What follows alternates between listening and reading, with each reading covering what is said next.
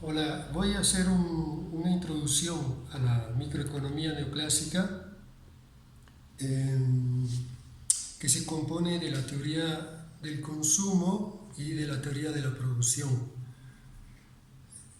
Vamos em, a ver en primer lugar el enfoque a la Marshall, Alfred Marshall. Nos propone la teoría del equilibrio parcial, es decir, de que los mercados, cada mercado de cada producto se equilibra con una función de demanda y una función de oferta. ¿Sí? En un diagrama cartesiano donde aquí tenemos el precio y aquí la cantidad o viceversa. Ahora, el enfoque, digamos, contrapuesto es el de León Barra, y es Barra, y es el análisis del equilibrio económico general. Equilibrio económico general, donde se toman en cuenta todos los mercados, ¿sí?, al mismo tiempo. Entonces, lo que vamos a ver ahora es la reconstrucción del análisis microeconómico a la Marshall, de equilibrio parcial, viendo qué hay detrás de esas dos funciones de demanda y de oferta, cómo se llega a ellas. Empezamos con la teoría de la demanda, es decir, con la teoría del consumidor, de un consumidor representativo que tiene preferencias, gustos, definidas por una serie de axiomas. Como les explicaban en el curso de micro que vimos reciente, los axiomas son supuestos no demostrados, que se pueden tomar por buenos en base a ciertas consideraciones. Entonces, no se demuestran esos supuestos, hay que creer en ellos, digamos, para poder elaborar una teoría. Entonces, los axiomas que maneja la teoría neoclásica a la Marshall para llegar a la función de la demanda se refieren a las llamadas curvas de indiferencia. Las curvas de indiferencia en un plan cartesiano donde tenemos los dos bienes X e Y, son hipérboles equiláteras, tienen esta forma que tienden asintóticamente, se dice, a los ejes. Es decir, que cuando X va a ser muy grande, esas curvas van hacia el eje horizontal. Y cuando viceversa Y es muy grande, las curvas de indiferencia van hacia el eje vertical. Ahora, como ven, aquí tenemos un ejemplo de una curva de indiferencia. El hecho de haberla trazado de esta forma implica esta serie de axiomas sobre ellas. Los axiomas son varios y ahora yo no los voy ni a mencionar ni a demostrar, porque ese es un trabajo que se puede hacer fácilmente en cualquier texto de micro. Pueden utilizar el Variant 1, por ejemplo, el Samuelson en la parte de micro. Vienen los axiomas que respaldan la teoría neoclásica del consumidor. Hay que aprenderlos, en cierta medida memorizarlos, ver la secuencia que hay entre ellos. Uno, por ejemplo, por citar una propiedad de estas curvas de indiferencia, ven aquí en la gráfica que la función es, esta función es convexa. Convexa quiere decir que si consideramos las tangentes a cada punto de esta función, por ejemplo, en un punto como este, ¿no?, consideramos la recta tangente, esta recta tangente está debajo de la función. Si la función fuera cóncava, las tangentes están arriba.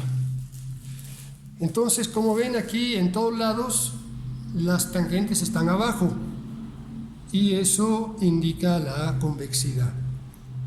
La convexidad está asociada a una propiedad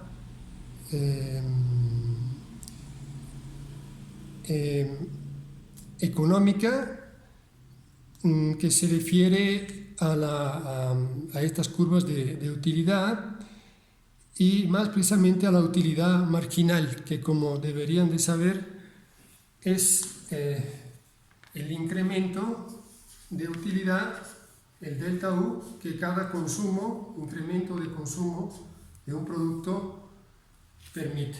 Esa se llama utilidad marginal. Y esta utilidad marginal, la teoría supone que sea elevada inicialmente y luego sea siempre menor. Utilidad marginal, también se indica así. Es decir, altos niveles de utilidad marginal cuando consumo poco y la utilidad marginal que va bajando a medida que el consumo crece. Entonces, la propiedad de utilidad marginal decreciente de cada bien produce la convexidad de las curvas de indiferencias, que tienen muchas otras propiedades, cada una relacionada a un axioma. Estas curvas son, digamos,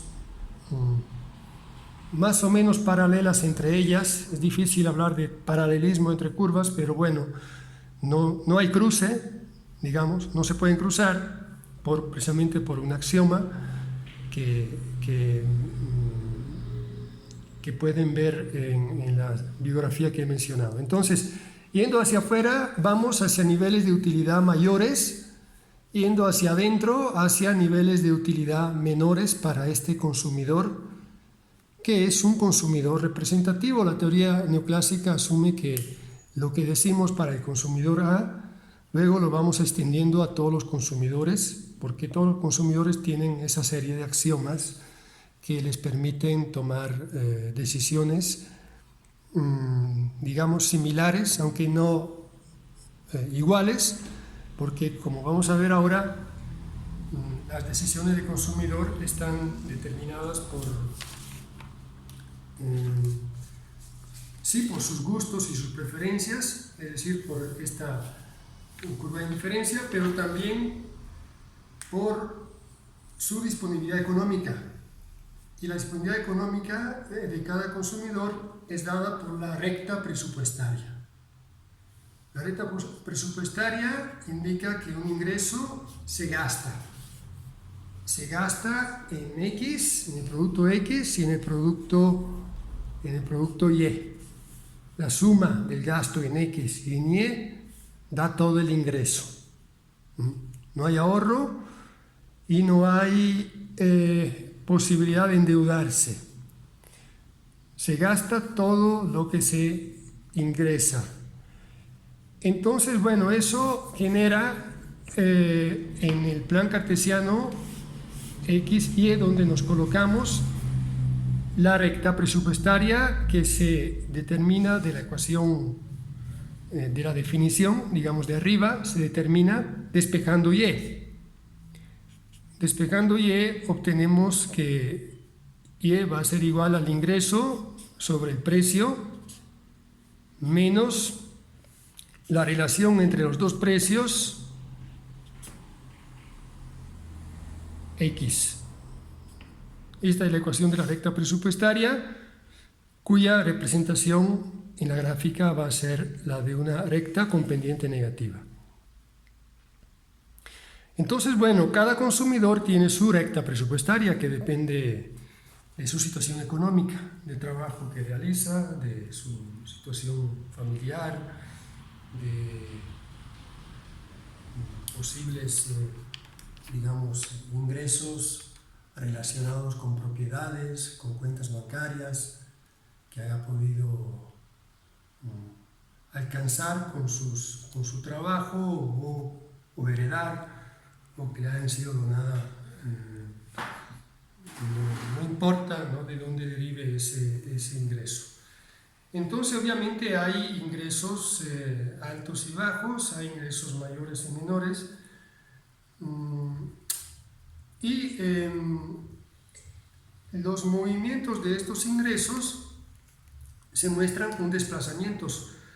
Y como ven, si esta es la ecuación de la recta, la que tenemos aquí, la ecuación de la recta presupuestaria, variaciones del ingreso no tiene que ver con la pendiente de la recta, que es dada por este coeficiente, el coeficiente multiplicativo de la X. Esta es la pendiente, el coeficiente angular de la recta. El ingreso tiene que ver con su intercepta, su posición de intercepta, o sea, el punto de salida,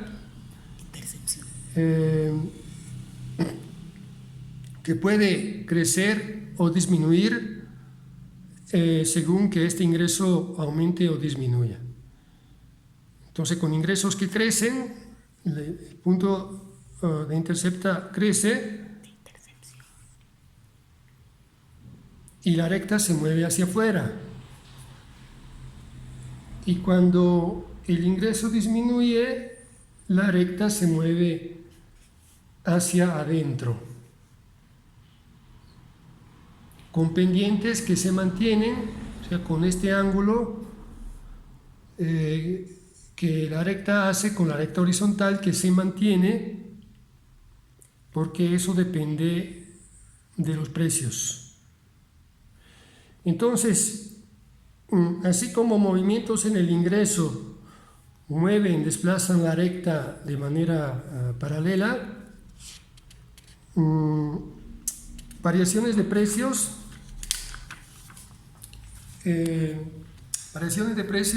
mueven su pendiente. Vamos a ver si vuelvo a escribir aquí la ecuación de la recta. Bueno, la escribo en su forma inicial, donde digo que el ingreso se gasta todo, y entonces vamos a ver cómo variaciones de precios mueven el punto de salida y cuál. Si, por ejemplo, queremos determinar ese punto de salida, en este caso, tenemos que anular X y por lo tanto Y resulta I sobre PY. Mientras que el punto de llegada de la recta, o sea, la cantidad máxima de X que se puede comprar, sería cuando Y se anula. Y cuando Y se anula, entonces X, despejo X y obtengo Y sobre PX, que sería este otro punto. Punto de llegada y punto de salida. Y todos los puntos intermedios están a lo largo de la recta. Ahora, una variación de un precio, por ejemplo, si el precio de Y crece, reduce el punto de salida, pero mantiene el punto de llegada. Este es el caso en el cual el precio de Y aumenta. ¿Sí? El I sobre PY disminuye porque crece el denominador. La cantidad máxima de Y que se puede comprar con un dado ingreso disminuye porque el precio de Y aumenta, pero el precio de X se mantiene y la cantidad máxima de X que puedo comprar se mantiene igual. Viceversa, si es el precio de X que crece, mantenemos el punto de salida, que es dado por Y sobre PY, y el punto de llegada disminuye. Por ejemplo, este podría ser el movimiento de la recta cuando PX aumenta. Un movimiento hacia adentro porque la cantidad máxima de X disminuye aumentando el precio, pero se mantiene la cantidad máxima de Y. Bueno, entonces, variaciones de los precios tienen que ver con variaciones, se representan con variaciones de la pendiente, de la recta, y variaciones del ingreso se muestran con desplazamientos paralelos de la recta presupuestaria. Bueno, esta es la primera sesión.